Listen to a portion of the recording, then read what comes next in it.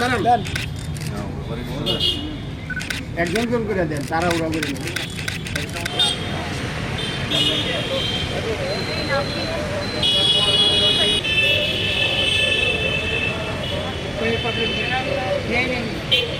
আজ 30শে জানুয়ারি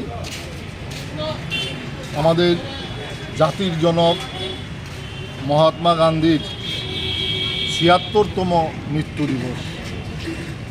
আজকের দিনটা শুধু দেশ নয়, সারা পৃথিবীতে শহীদ দিবস হিসেবে উদযাপিত হচ্ছে।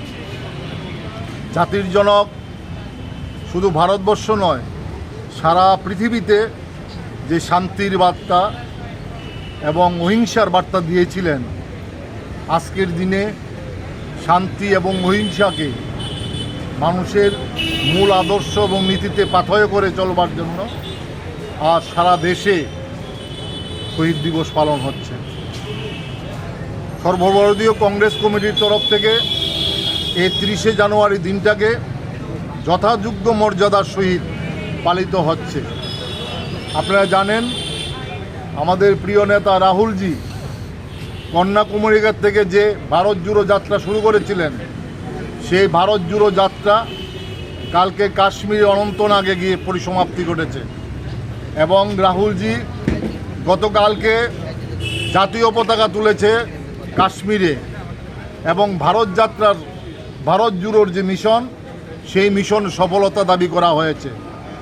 আজকে আবার পুনরায় কাশ্মীরে পতাকা তোলা হবে এবং শহীদ দিবস হিসাবে অঙ্গ হিসাবে সারা ভারতবর্ষের যে প্রদেশ কংগ্রেসগুলি একই টাইমে 10টার সময় আমাদের এই পতাকা তুলে শহীদের যে স্মৃতি, গান্ধীজির যে নীতি এবং আদর্শকে সামনে রেখে আজকে এক মর্মে সারা ভারতবর্ষের মানুষকে জাগৃত করবার জন্য আমরা আজকের দিনে বার্তা দিতে চাই।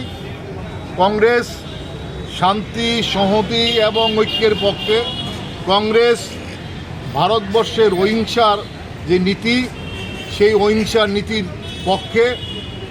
কংগ্রেস বিদ্বেষের বিরুদ্ধে। কংগ্রেস ঐক্য চায়, একতা চায় এবং গান্ধীজি যেই আদর্শ নিয়ে লড়াই করেছিলেন সেই আদর্শের পক্ষে। যারা গান্ধীজিকে মেরেছিলেন, যে আদর্শকে গান্ধীজিকে পৃথিবী থেকে চলে যেতে হয়েছিল, যে চিন্তা ভাবনার জন্য গান্ধীজির রক্ত ভারতবর্ষে লাল হয়েছিল, সেই আদর্শ বিরুদ্ধে কংগ্রেস এখনও লড়ছে। সেই যে সহিংস, সেই যে বিভেদ, সেই যে বিদ্বেষের বার্তা, তার বিরুদ্ধে কংগ্রেস এখনও লড়ে যাচ্ছে। এখনও যারা গান্ধীজিকে মেরেছে তারা দেশ থেকে এখনও শেষ হয়ে যায়নি, নতুন রূপে তারা প্রকাশ পাচ্ছে।